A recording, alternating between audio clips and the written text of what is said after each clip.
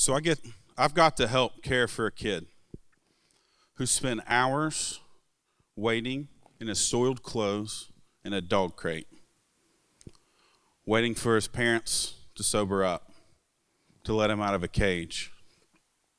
He was kept in this cage so his parents could get messed up and they would know where he was when they woke up. Imagine waiting for hours in your soiled clothes, waiting for food, waiting to be played with, waiting to be held, waiting for hours for your parents to be sober to let you out of a cage. After 2 days with his new foster mom, Sam came to camp. He moved from a world full of isolation to a world of kids running, jumping, playing, and swimming. His world was turned upside down. He had a hard time expressing himself with his words. When he felt threatened, he would attack you. When he felt fear, he would run away. This manifests itself throwing sand in kids' eyes, kicking, punching, anything you can think of. His first breakfast with us, he quickly grabbed his food, took it under the table, ate it quickly, and guarded it, because that's what he'd experienced. He had to make sure no one took his food. When he was asked what he wanted to do at camp, he expressed wanting to go fishing. He didn't think he could ever catch a fish. So his counselors took him. At first, he was excited, and then he got real mad because he didn't catch a fish right that second. Then he started to shut down, get mad. It's not going to happen. Just like the rest of his life, I'm not going to accomplish this goal. Well, then it finally happened. The bobber sunk under the water. The pole bounced. He sets the hook. He starts reeling in this fish. As he's reeling it in, he's nervous. The fish is going to get off, but he's super excited to land the fish. Then it finally happens. He lands his fish. He starts running around telling all of his friends, hey, I finally caught my fish. He accomplished his goal, possibly the first goal he had ever accomplished in his life. So my name is Jared Davis. I'm the camp director of Camp Appalachia, located here in Putnam County, West Virginia.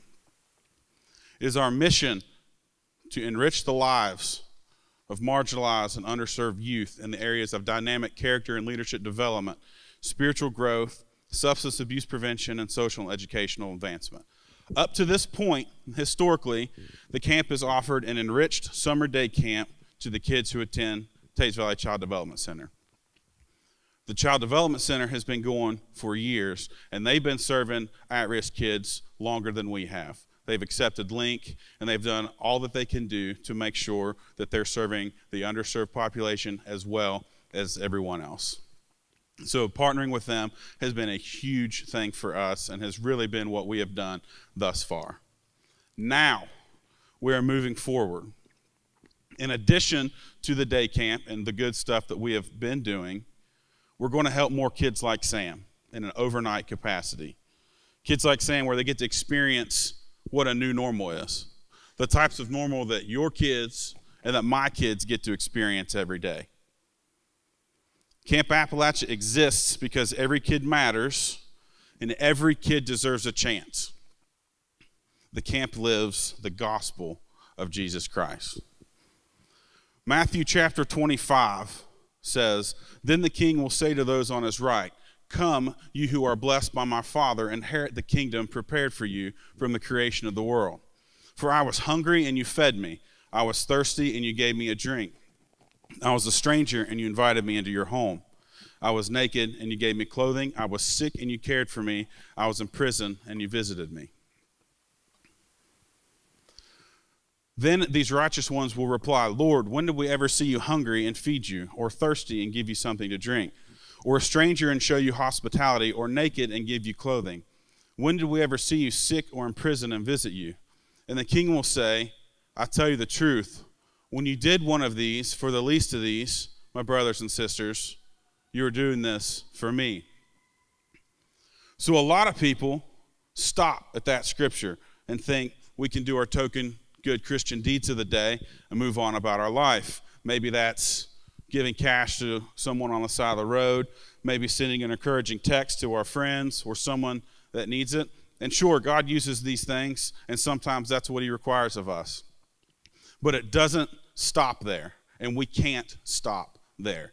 As you continue to read, the next scripture says, then they will cry, Lord, when did we ever see you? Hold on. Yep. The king will turn to those on the left. You're welcome.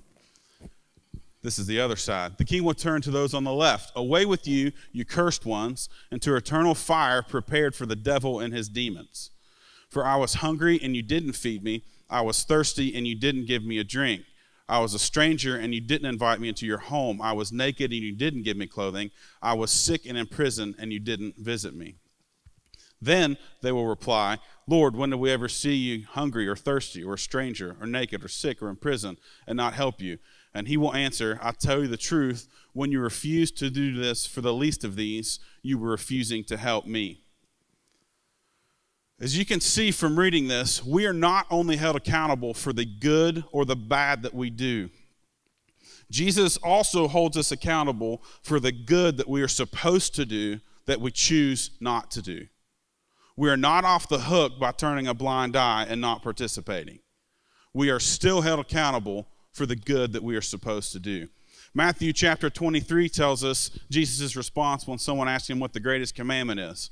His response is to love the Lord your God with all your heart and soul, mind, body, and strength, and to love your neighbor as yourself. It goes on to say that all law and all prophets hang on this statement. So we face a fork in the road here. Stories like Sam show us that we can keep on a path of despair or destruction, or we can choose a new path, the path of hope, the path of resiliency. We can give up on our community and God's promises, or we can actually walk with Jesus. West Virginia's kids need our help. Many of them have been traumatized by the drug epidemic. They come home, picture this. I was on an overdose call about 6 years ago. Ambulance comes in. I'm working the ambulance that night. There's a parent laying in the living room of their home, passed out. Kids trying to wake this parent up. We move the kids to the corner of the room to try to save their dad. There's kids standing in the corner watching us work their parent. Those of you in EMS, law enforcement, you've seen this 100 times. There's a kid watching as we try to save their mom or dad. We put them into an ambulance. The ambulance goes away. At this point, if it's a single-parent household, which many of these are, this kid gets rehoused in foster care. This causes them to lose their trust in emergency services. They learn about heroin and meth and oxy from the needles and the pipes and the pills that are sitting in their own homes. Many of these kids suffer child abuse. They suffer sexual abuse. Sam witnessed violence against his siblings and parents. The world consumed him, leading him down a path of despair. This childhood was put on hold, if it ever actually got to begin in the first place.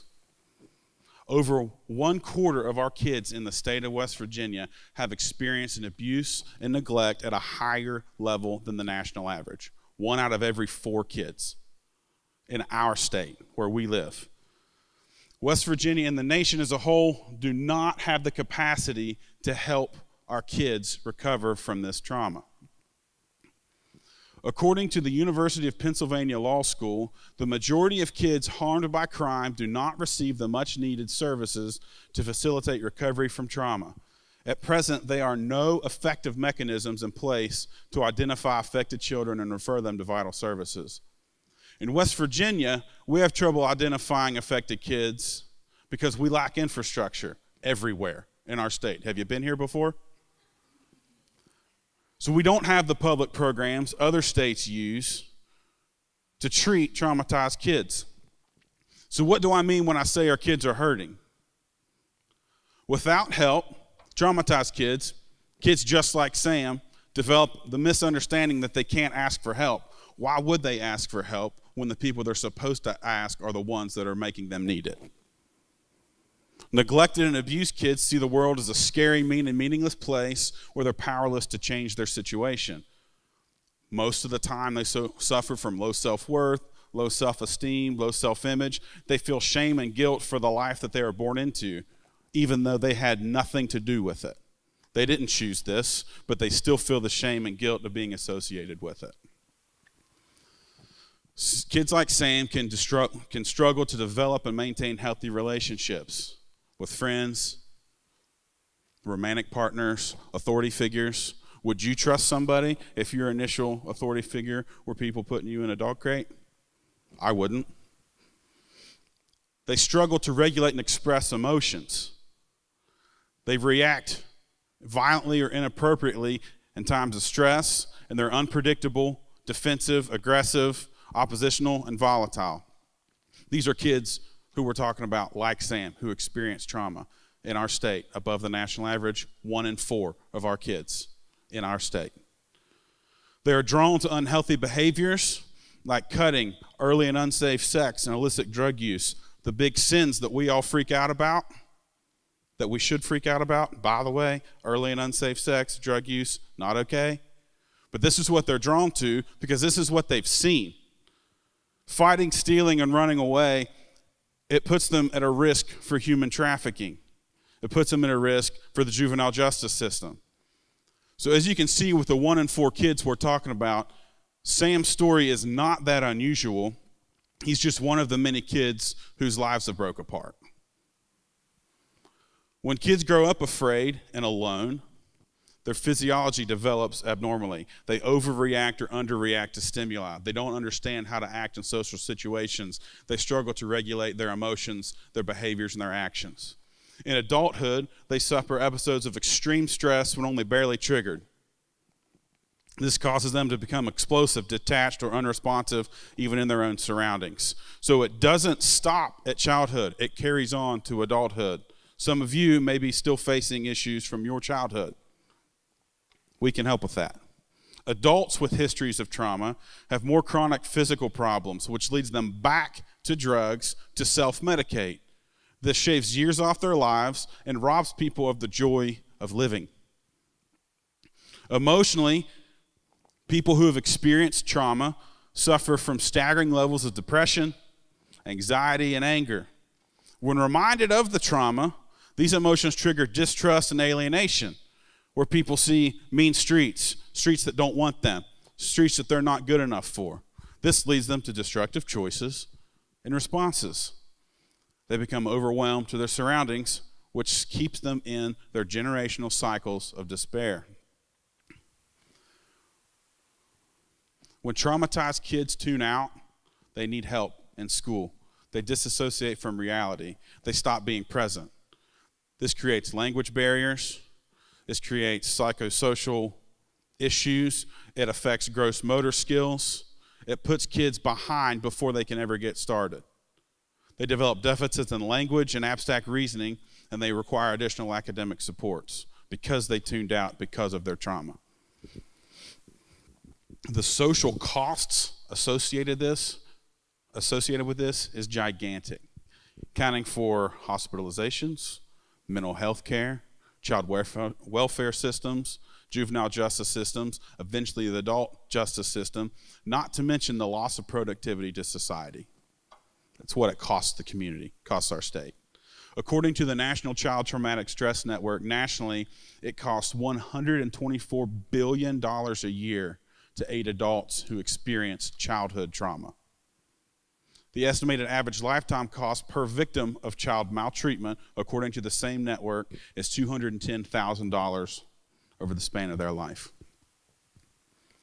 Because of the opioid epidemic, Sam and kids like him, we have 7,000 kids in foster care.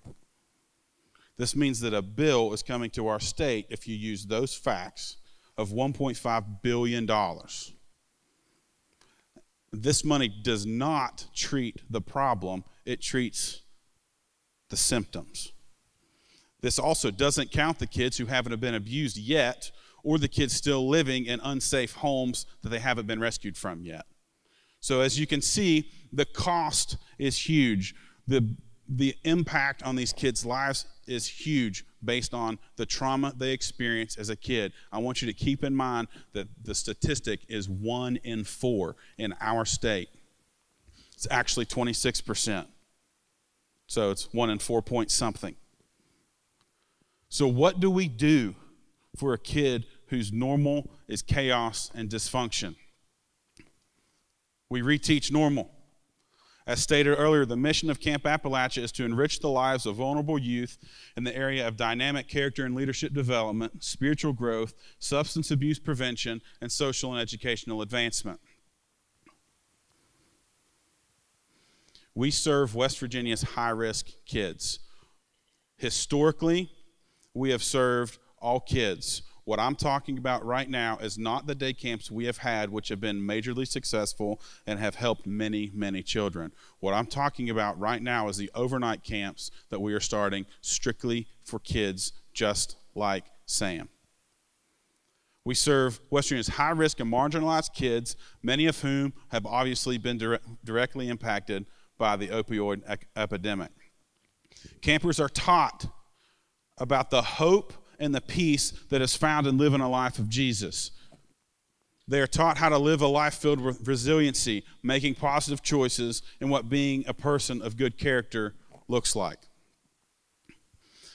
Camp aims to remind kids of what it's like to be a kid.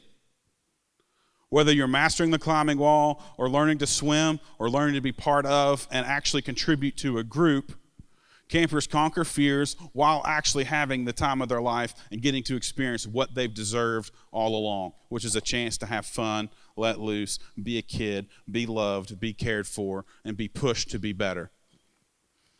We use activities like archery, hiking, fishing, boating, sports, and all the other camp stuff you can think of to boost confidence, reinforce resiliency, and teach team building and character. It's not all about the activities. Summer camp is fun. Carly can attest the oatmeal food fight is a great time. But it's not just to throw oatmeal at each other. It's to form teams. It's to form bonds. It's to learn how to work with another group and protect one another. No longer is Sam holding his food, he's defending his base with his team. All the activities have a purpose. It's not just about fun, but it is really fun. So you may be asking yourself, this sounds great, how can 1 week do any of this for a kid? Well, let me tell you, Jared, was in 6th grade at a church camp in Ripley, West Virginia.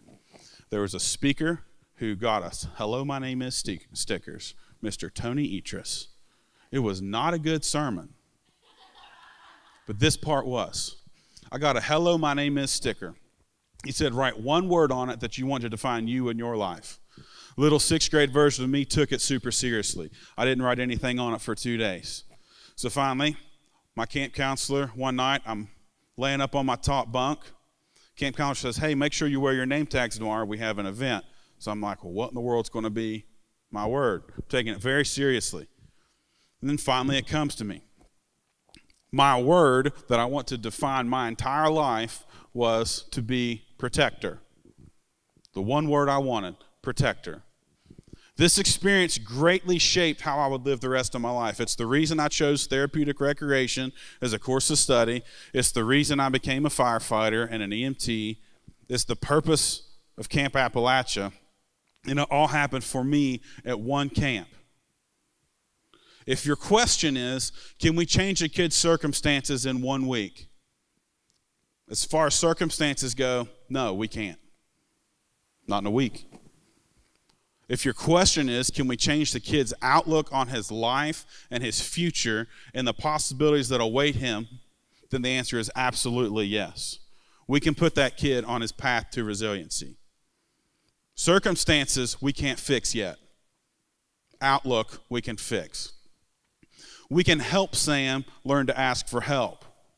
We can show him that the world doesn't have to be scary, mean, and meaningless, but it can be a place full of hope and of healing and of peace.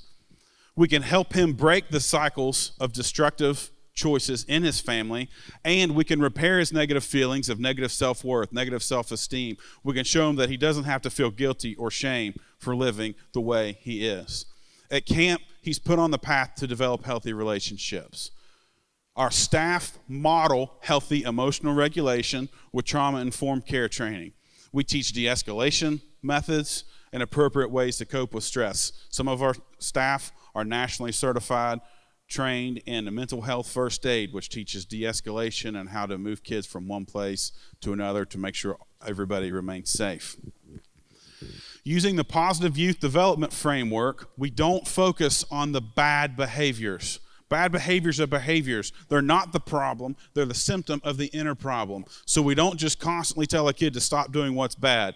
What we do is we find what's good in the child. We find what they're good at. We find their positive attributes. And we teach them to use those positive attributes to overcome challenges that come in their lives. We don't focus on the risky behaviors that lead them into bad behaviors. We focus on, hey, I know you're being bad right now. My words would probably be different at camp. Sorry, Matt. We focus on what they're good at, and we teach them to use those skills. According to a study by Towson University, summer camp is a useful and effective tool to help at-risk youth develop resiliency. Our newest area of impact for campers is a mentorship program. Mentors intervene on the lives of these kids. Our mentors will ensure the kids have school supplies, clothing, and gifts on holidays. They will track with school, track with relationships, and track with their grades. Throughout the year, this mentor will keep in contact with this kid. We are not about the 1 week, one and done, we did our good Jesus deed and we're finished. These kids still have lives to go back to, and we're not going to abandon them in those lives. The mentor reminds kids of their worth. They show them they are loved and cared for, and they keep in contact, as I said, throughout the year. A good mentor models the love of Jesus. A good mentor lives out Isaiah chapter 6, verse 8, which says, "Then I heard the voice of the Lord saying, 'Whom shall I send?' And I said, 'Here I am, send me.'" We can choose not to face these problems head on. It would be destructive. The ramifications of neglect, they don't just hurt those kids. They hurt our kids, my kids, your kids. They hurt our community. They hurt our neighborhoods. We know what happens when social institutions are at max capacity. Everyone in here is experiencing the hardship of COVID and remote learning and hospital beds being full and people being sent home. This actually happened to me back in July. I had COVID. I felt like I had pneumonia again. My fever wouldn't break. I was having a little bit of difficulty breathing. Nothing too sketchy, but nothing real great. So I went to the ER. When I got to the ER, they asked me the COVID questions we've all been accustomed to hearing. Have you been with these people? Have you traveled? I'm like, no, I have COVID, and I feel like I have pneumonia. They took my pulse ox. It was in the 90s. It was 91, which is not normal, by the way. And they said, well, you're out of the 80s. The ER's full. Go home, and if you have trouble with your breathing, call 911. As a person who works in EMS, I understood that this is not super great for me. I understand the risks and the limits of the system, and we all depend on this system. When it exceeds capacity, when our social systems exceed capacity, people are neglected, and help is not coming. You get sent home, or you get sent away. Problems like this await our near future, but on a much larger scale. Imagine calling 911 and being put on hold because there's no dispatchers available. Imagine calling for fire, police, or EMS and none are available. This is coming. Imagine you need a doctor or a counselor or someone to help your grandkids overcome something, but no one's available. This is coming. Kids like Sam will be turned away from foster care because there's nowhere to put them, which means they'll end up on the street. They'll end up in our parks, end up in a parking lot, in an abandoned building. There'll be nobody to remove them because the system is maxed. Our system and the way we all live, we rely on it just as much as Sam does. West Virginia has 7,000 kids like Sam in its foster system. More remain in unsafe homes. If ignored, these kids experiment with drugs at an early age. They're high risk for dropping out of school, which puts them on track for menial labor jobs and run-ins with the law. They will likely repeat the cycles of their parents because that's what they have known. That's what is their normal. What these kids view as normal is living a hard life. It's a warped world that recreates itself across generations where people are stripped of all of their dignity. That's what's normal now. And here's the problem with us, is we feel bad for Sam right now, but we'll be afraid of him when he's 20.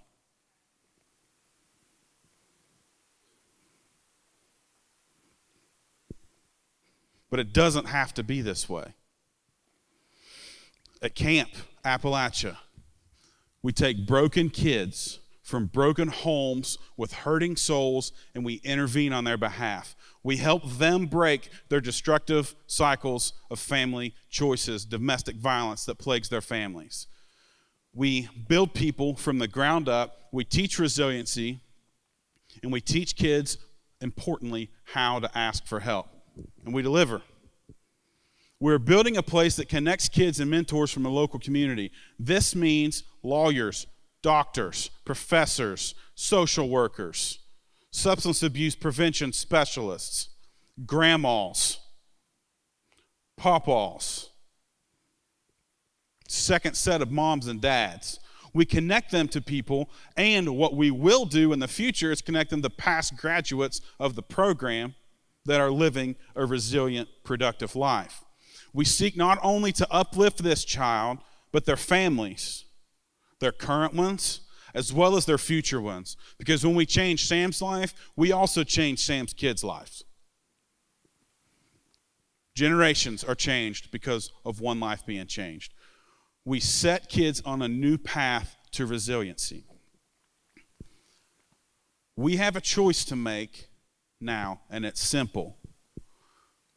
Camp has intervened in the lives of 2,500 kids annually, and that is not a made-up number. That comes from day camp participants who have come for special events, activities, festivals, and mental groups. 2,500 kids annually. This includes your kids. Moving forward, overnight camp aims to serve 100 kids like Sam per week. At 12 weeks of summer, that's 1,200 at-risk kids in one single summer. Over the next decade, camp will show 12,000 Sams a new normal. This normal that your kids and my kids get to experience every day. Camp is not going anywhere. We'll be working on this for decades to come. We seek to help make these kids healthy members of their social networks. We help them uplift the people that they care about. Each kid that we can reteach normal and restructure and put on the path to resiliency, it's not a success story for the camp. It's a success story for the child, the child's family, and in turn, the community that we all call home. Instead of juvenile delinquency, Sam might go to junior college. Instead of serving time, he'll serve his country. Instead of breaking the law, he'll be enforcing it. These are all things that can happen from a one-week, life-changing moment when someone finally tells them that there's something more available for them. Camp will transform this community, but it's because we are transforming the individual lives of the kids that live in it. And I know what you're thinking. The answer is yes. Yes, you can help. Not only can you help, you should. One way is to be a mentor. We'll have more information coming on this, on the details of how you can be involved. But these kids need positive role models. Who is a better role model than us? We need to show up for these kids. If even we don't show up, the church that owns it, who's going to do it? We own it. So individually, let's actually start to own it. Own it with your life, with your resources, with your skills, with your abilities. The book of Matthew tells us that God created the world so that everyone could have a relationship with him. This isn't the people that are like us. It's not for the people that think like us, behave like us, or are on the same socioeconomic status as us. God sent his son so that all people could have a relationship with him. And when Jesus ascended, he left us with the Holy Spirit. The literal presence of God upon the world rests inside you and me, the people who we call his. So why in the world would we sit on it? If God sent his son to die so that all could be saved, and the way to the Father is through the Son, before y'all think I'm getting crazy, but God chooses to represent himself through us, what Jesus are you showing people personally? Do people have to look around you to see Jesus? And me, I'm preaching at me too. Do people look around you, or do people look through you? Because when people are looking through you, we are putting them on the path of Jesus, which is the path of hope and the path of resiliency and the path of life change. Going back to Matthew chapter 25, which side of Jesus do you want to stand on? Do you want to be on the side that showed up for the least of these? Or do you want to be the side that's told, "Depart from me, I never knew you"? One lesson that my dad taught us as kids was just to be available. Be available for God to work through you. Be available for God to work in you, and in turn, in the world around you. There's an old saying that says 90% of life is just strictly showing up. Just be there. It's everyone's responsibility to show Jesus. Camp Appalachia is a place you can partner with to do that. Another way you can help is to be a supporter. Because of COVID, we need to raise an extra $6,000 a month just to make basic cash flow needs because of lost revenue and rentals.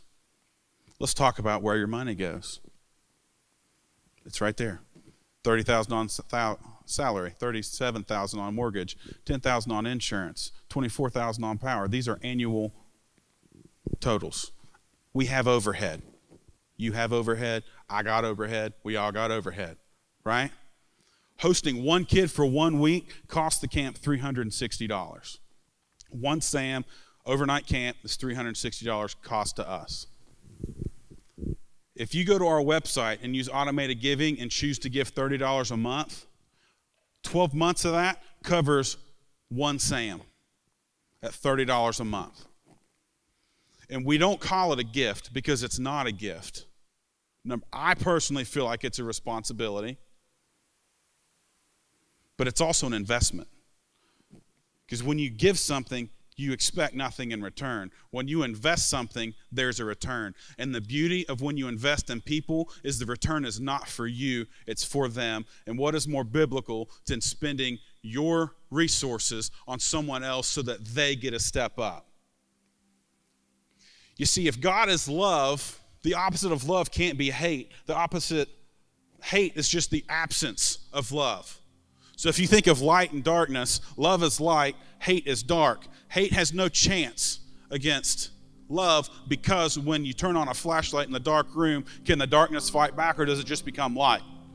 It just becomes light. So if God is love, and God sent his son who selflessly died on the cross for us and for Sam to have a relationship with him, then the opposite of love is not hate. That's simply the absence of it.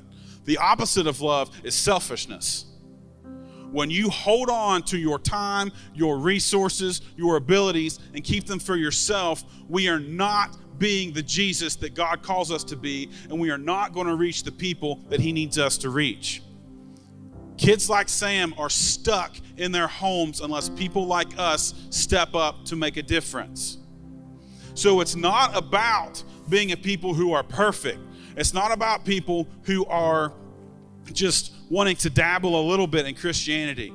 If you want to be a person who represents Jesus, we have to get down to the dirty part of life, and we have to go down and scoop these kids up out of paths of despair, cycles of destruction, and raise them up to show them that there's a God who died for them, who loves them, and that wants the best for them. These kids have to be shown that Jesus loves them and his people do too, and that they were worth dying for.